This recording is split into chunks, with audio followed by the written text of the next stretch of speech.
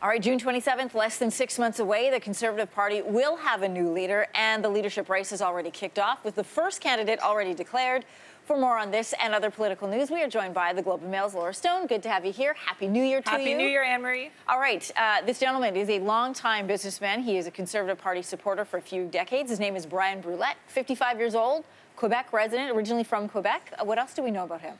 Well, he's never been elected in Conservative politics before, but he's been a volunteer for a very long time. So he's kind of that outsider candidate that we saw in the previous leadership race, a businessman. He's a military veteran, fluently bilingual, a family man, and he's trying to basically make a name for himself here in this Conservative leadership race. I mean, a lot of Conservative insiders don't think this person, Bryan Brulotte, has a real shot at becoming leader, but he could build his profile and potentially get elected in the next election. But he's the first one out of the gate. He's officially declared. He's launched social media campaigns, and so he's #1 in this race.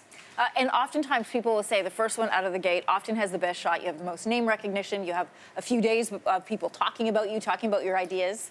That's right. I mean, Bryan Brulotte is getting attention now because he's the first declared candidate. But we're also hearing that from the Toronto Star's reporting that Pierre Poilievre, who is a Conservative MP, finance critic, goes after Bill Morneau frequently in the House of Commons, is set to launch later this month with the backing of some Conservative heavyweights, including former Foreign Affairs Minister John Baird and Jenny Byrne, who is a high-profile backroom operative. That is certainly a powerhouse team for sure.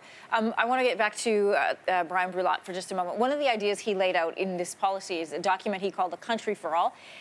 Some interesting key points there on taxation, but one that stood out to me is mentioning finding a Caribbean nation to become a new province or territory.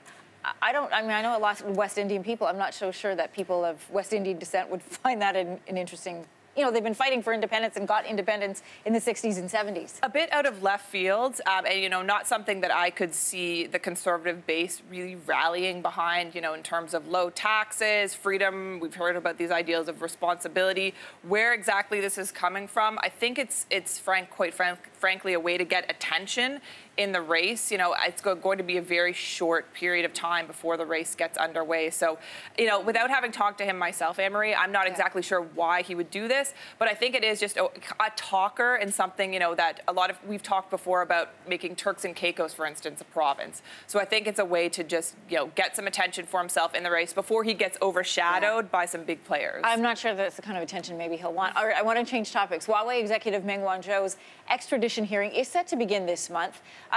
How does the future of Canada-China relations hang at this moment, and what do we have to look at as we head into the hearing? Well, this is a very key moment, actually, because we've been waiting since December 1st, 2018, to see what happens to Meng Wanzhou, since her arrest.